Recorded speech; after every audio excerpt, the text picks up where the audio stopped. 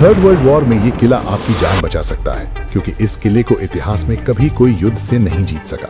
ये है दौलताबाद फोर्ट, जिसे देवगिरी फोर्ट भी कहते हैं। ये महाराष्ट्र के औरंगाबाद के पास दक्षिण भारत में स्थित है। 12वीं सदी में यादवा वंश का ये इंजीनियरिंग मार्वल एक शंख आकार पहाड़ी पर बना है। इसकी खासियत 18 मीटर तक ऊंची और 9 मीटर तक मोटी दीवारें। इतना ही नहीं, दुश्मन के होश उड़ाने के लिए यहाँ ट्रिपल लेयर्ड वॉल्स, एक गहरी खाई और एक भूल भुलैया जैसा रास्ता बनाया गया था। एक ऐसा किला जिसे इतिहास में कभी कोई युद्ध से नहीं जीत सका। पूरा किला एक ही चट्टान को काटकर बनाया गया है। इसकी दीवारें इतनी सीधी और चिकनी है कि दुश्मन चढ़ने की सोच भी नहीं सकता था। और नीचे 40 फीट गहरी खाई, जिसमें हमेशा खतरनाक मगरमच्छ का पहरा रहता था। यानी अगर दुश्मन दीवार न चढ़ पाए तो खाई में उसका खात्मा तैयार था। सबसे खास है इसका अंधेरा भूल भुलैया रास्ता, जिसे अंधेरी कहते हैं। इसकी बनावट ऐसी थी कि दुश्मन की मशाल का धुआं उन्हीं के लिए काल बन जाता था। वहीं दूसरी तरफ किले के मुख्य दरवाजों पर लगे लोहे के विशालकाय कांटे इस बात का सबूत हैं कि ये किला हाथी प्रूफ था। इन कांटों की वजह से कोई भी हाथी